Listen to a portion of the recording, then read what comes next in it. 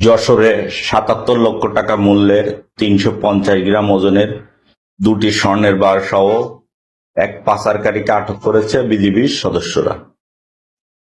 মঙ্গলবার গোপন সংবাদের ভিত্তিতে যশোর ব্যাটালিয়ন ৪৯ বিজিবি এর একটি বিশেষ চৌকস আভিযানিক টহল যশোর নড়াইল মহাসড়কের দাইতলা ব্রিজ এলাকা হতে একজন আসামি সহ ৩৫০ গ্রাম ওজনের দুটি স্বর্ণের বার, একটি বাটন মোবাইল এবং নগদ ১১,৬০০ টাকা সহ তাকে আটক করে। আটককৃতের শরীরে বিশালভাবে লুকায়িত অবস্থায় স্বর্ণের বারগুলো পাওয়া যায়।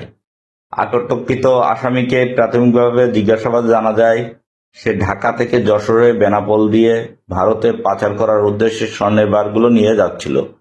আটককৃত আসামি হলেন উসমান গনি, ৫০, পিতা মৃত রজব ব্যাপারী, গ্রাম গোবিন্দনগর, ডাকঘর সিংগাইর, থানা সিংগাইর, জেলা মানিকগঞ্জ।